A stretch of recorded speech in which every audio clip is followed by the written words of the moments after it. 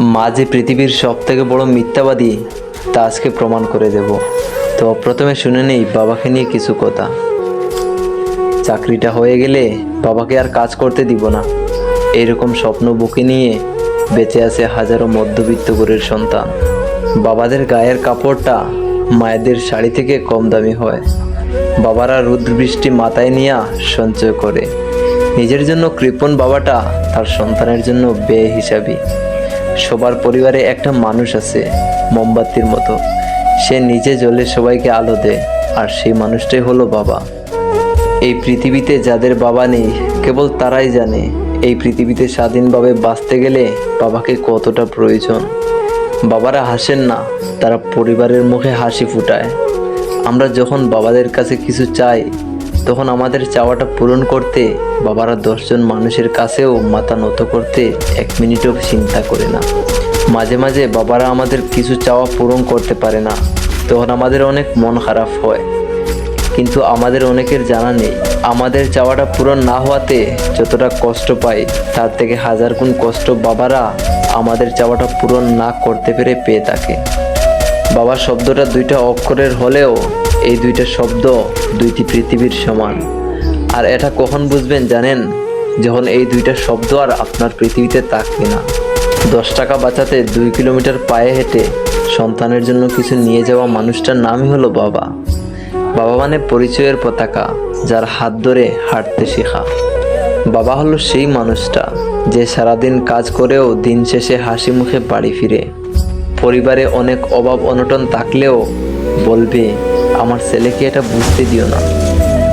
এই পৃথিবীতে বাবাই একমাত্র ব্যক্তি যে নিজের চেয়ে নিজের সন্তানকে এগিয়ে যেতে দেখতে চায়।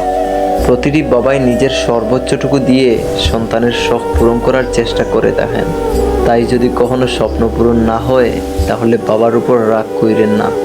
বাবারা আমাদের পাশে খুব কম থাকেন, কারণ পরিবারের মুখে হাসি ফোটাতে নিজেই অনেক কিছু ত্যাগ করে দেন।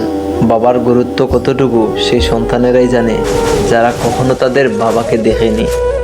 সবচেয়ে অসহায় সেই ছেলেগুলা যাদের বাবা মারা যাওয়ার আগে কোনো রোজগারের ব্যবস্থা হয়নি। যখন তুমি ছোট ছিলে তখন বাবা তোমাকে আনন্দ দেওয়ার জন্য নিজেই বাচ্চা বনে যেত। দুনিয়ার সব মায়েরা মিথ্যাবাদী হয়, সব মায়েরা মিথ্যা কথা কয়। কারণ জানো, পাতিলে ভাত না থাকলে বলবে তার খিদে নেই।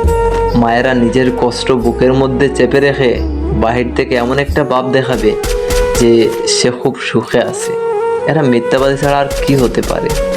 সেই ছোটোবেলাটা কি সুন্দর ছিল না, যখন আমার মা আমাকে নিয়ে কোথায় যাওয়ার সময় কপালে কালো একটা টিপ দিত যেন আমার নজর না লাগে।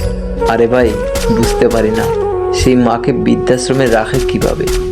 যেই মা সন্তান বাড়িতে না আসা পর্যন্ত ঘুমায় না, সন্তানের জন্য রাস্তার দিকে চেয়ে থাকে, সেই মাকে কিভাবে ভুলে যায় সন্তানরা। যেই মা তোমায় দুনিয়া দেখালো, সেই মায়ের সাথে কিভাবে খারাপ আচরণ করো। যে মা নিজে না খেয়ে তোমার জন্য রেখে দিত, সেই মাকে রেখে কিভাবে খাও। যে মা রবের কাছে তার ভালো না চেয়ে তোমার ভালো চাইতো, সেই মায়ের সাথে কিভাবে খারাপ ব্যবহার করো।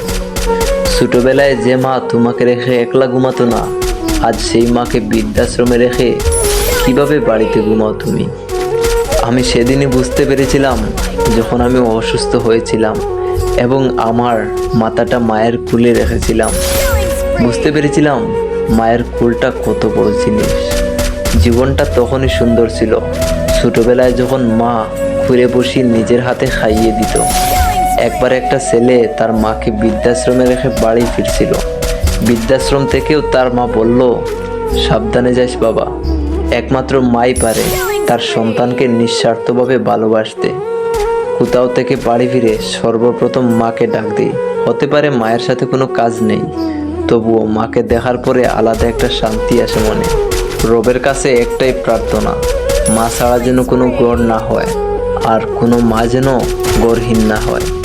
সো ভিডিওটা ভালো লাগলে একটা লাইক দেবেন, কারণ আপনার একটা লাইক আমাকে পরবর্তী ভিডিও বানাতে উৎসাহ যোগায়।